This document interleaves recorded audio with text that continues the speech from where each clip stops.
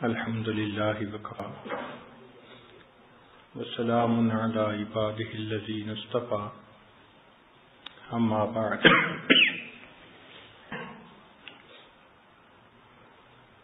اعوذ باللہ من الشیطان الرجیم بسم اللہ الرحمن الرحیم والذین جاہدوا فینا لنہدینہم سبلنا وإن اللہ لمع المحسنین سبحان ربک رب العزت عما یصفون وسلام علی المرسلین والحمد للہ رب العالمین اللہم صلی علی سیدنا محمد وعلی آل سیدنا محمد وبارک وسلم۔ ہمارے مشائخ نے لکھا ہے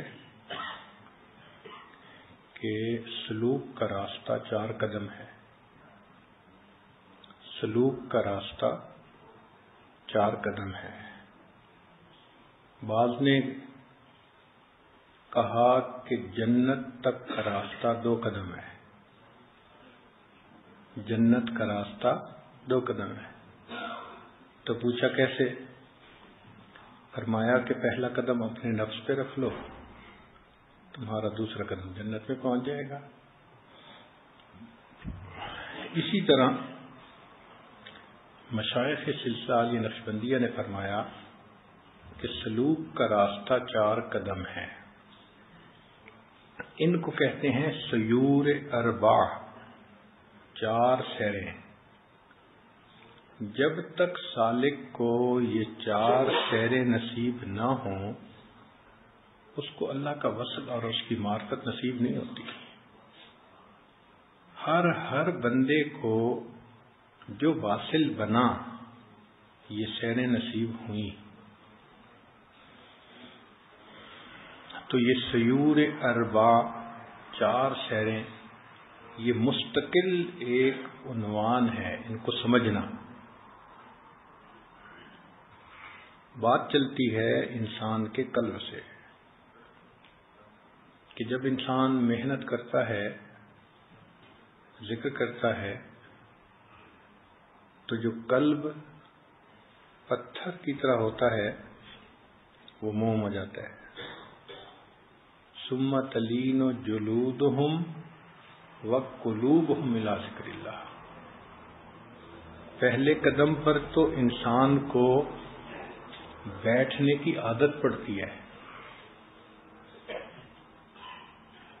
ورنہ تو جسم ذکر کی پوزیشن میں بیٹھنے سے مانوس ہی نہیں ہوتا۔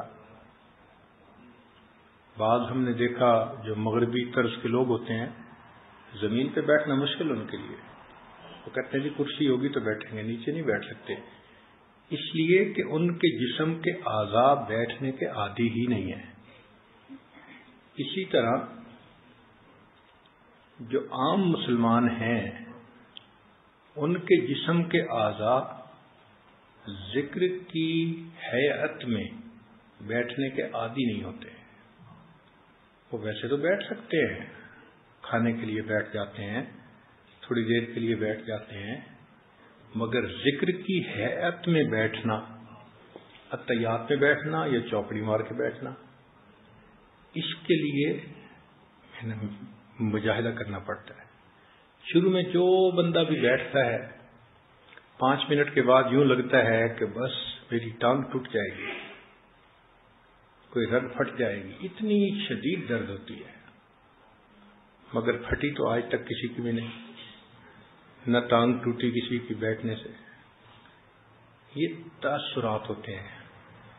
ہوتا یہ ہے کہ جن آرٹریز سے انسان کا خون جا رہا ہوتا ہے سسٹم میں، جب ہم بیٹھتے ہیں تو وہ بوجھ پڑنے سے بلاک ہو جاتی ہیں۔ ان کی بلاکیج جب زیادہ ہو جاتی ہے تو درد ہوتی ہے۔ کیوں درد ہوتی ہے؟ کہ انسان کا برین آلٹرنیٹ راستے بنانے کی کوشش کرتا ہے کہ بھئی ادھر سے تو اب خون بند ہو گیا، اب خون تو پہنچانا ہے نا، تو وہ آلٹرنیٹ راستوں سے بنانے کی کوشش کرتا ہے۔ جہاں اس وقت بوجھ نہیں پڑ رہا ہوتا اس راستے بننے میں پھر درد ہوتی ہے. تو جو بندہ اس درد کو برداشت کر لے اور بیٹھا رہے, تھوڑے عرصے کے بعد جب پیرالل راستے بن جاتے ہیں تو وہ گھنٹوں بیٹھ سکتا ہے. چنانچہ وہ مشائخ جنہوں نے ایک ہی ہیئت میں بیٹھنے کی مشق کی, وہ 6 گھنٹے 8 گھنٹے ایک ہیئت پر بیٹھنے کے لیے آسانی محسوس کرتے تھے, ان کو مشکل ہی نہیں پیش آتی تھی. کئی ہندو جوگی ایک ہی حالت میں مہینوں بیٹھے رہتے ہیں تو بدن اس کے مطابق ڈھل جاتا ہے. ہمارے ہاں حضرت شیخ الحدیث مولانا عبدالحق رحمۃ اللہ علیہ اکوڑا خٹک کے بانی تھے, حضرت مدنی رحمۃ اللہ علیہ کے شاگردوں میں سے تھے. ان کی عادت مبارکہ تھی کہ وہ بخاری شریف کا درس دیتے تھے تو بخاری شریف کو نیچے میز پہ نہیں رکھتے تھے بلکہ ہاتھ میں اٹھاتے تھے. اب جو لوگ سمجھتے ہیں, جانتے ہیں, ان کو پتہ ہے کہ بخاری شریف 2-3 کلو کا وزن ہے,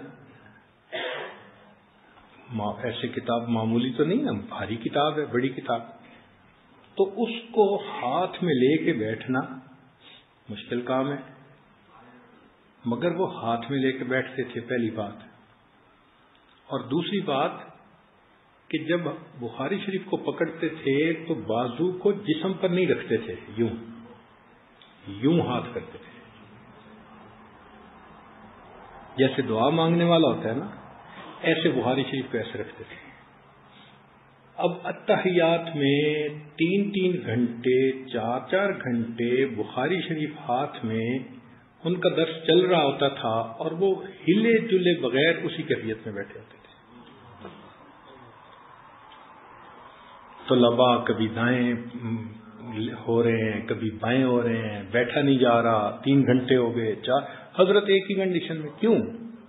انہوں نے شروع سے ایک عادت بنا لی اور بیٹھتے بیٹھتے پھر وہ بیٹھنا آسان ہو گیا.